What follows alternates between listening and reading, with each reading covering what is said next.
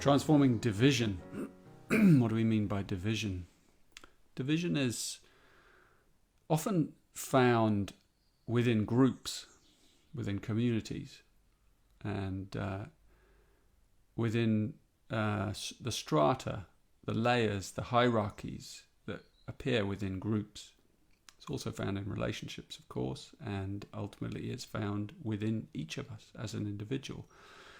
Places where we're divided, like for instance, what our heart wants and what our mind wants, or what our mind expects. And those can lead to division. And ultimately, all outer division is an expression of something internal. And, you know, in order to transform division, we have to find, our inner guide. We have to drop deep into the inner wisdom that lies inside us. So we have to go into a kind of quiet place at times. We have to go into a place where we can separate ourselves out from the division. We take a pause. We go out. We leave the environment, and then we connect with that voice inside us that knows, that can see clearly, and then we come back in with an insight that can be of help. The greatest way in which the world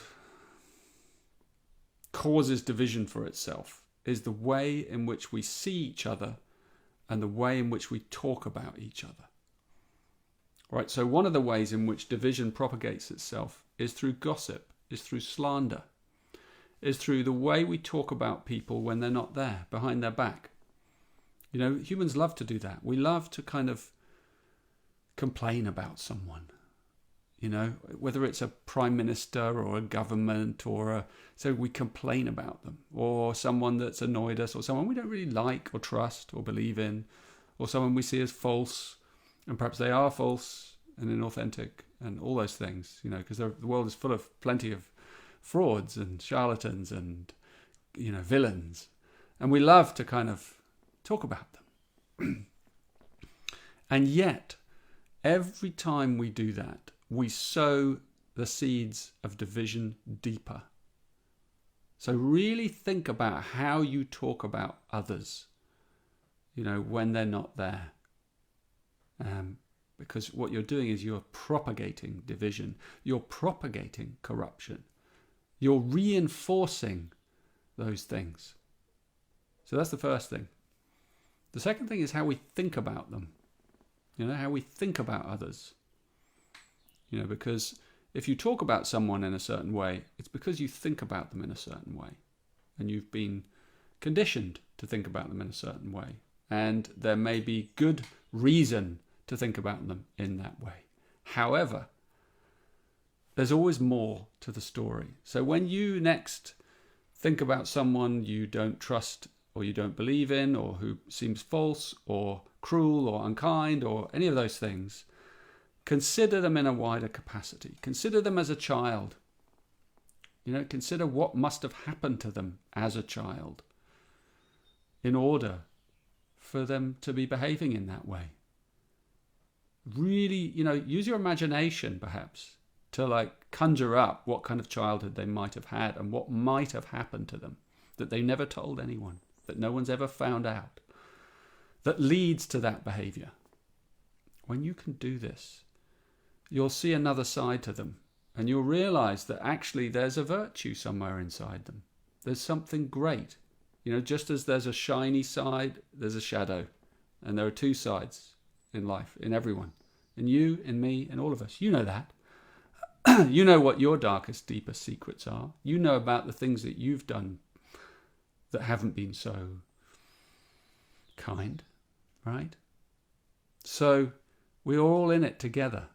So if you can see both sides of a being, then you have a balanced view of that being. And then you can be realistic. But it means you may change the way you think about them, and you may change the way you talk about them. You know, you may see things differently. And that's a real perspective shift for us, because what it does is it begins to open up a compassionate worldview. And it just feels better. You know, it doesn't, you know, when you've spoken negatively about someone, there's a dirty feeling inside. You may not notice it, but it kind of ripples out into your day, and it may come back to you the following night in your dreams, and you may actually wake up the next day or 2 days later not feeling good. And something negative might even happen to you, but you probably won't make the connection, because there's always a connection. When we put the energy out, it comes back. It's just that we don't make the connections. You can watch this in your own life, you know. So division is something we sow. And what we have to come to is this realization of virtue. Like, we all have this virtue inside us. It doesn't mean we have to go out being squeaky clean, but it means the way we see others has to be balanced between light and dark, between, you know, those two sides, so that we hold an equanimous view towards others and towards ourselves. And then we can kind of lean towards the light side, you know, without kind of concealing the shadow. You know, so even someone dark and sinister and difficult and challenging, it's better to think about their positive attributes, their virtues, and talk about their virtues than it is to talk about their vices. And if you have to talk about their vices, do it in a kind way, in an understanding and compassionate way, whether to them or about them, and balance it with the positive, with what you see that's great in them, or could be great, or could have been great, you know, or might be great, because everyone deserves the benefit of the doubt. Don't you deserve the benefit of the doubt? You know, if you did something terrible, wouldn't you want a second chance, or a third chance, or a fourth chance? Same with them, you know.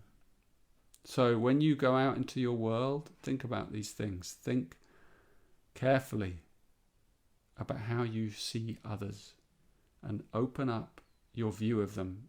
Start to let your heart feel into them as well as your mind.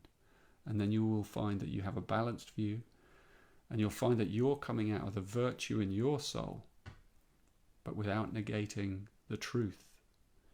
You know, because the truth is the truth.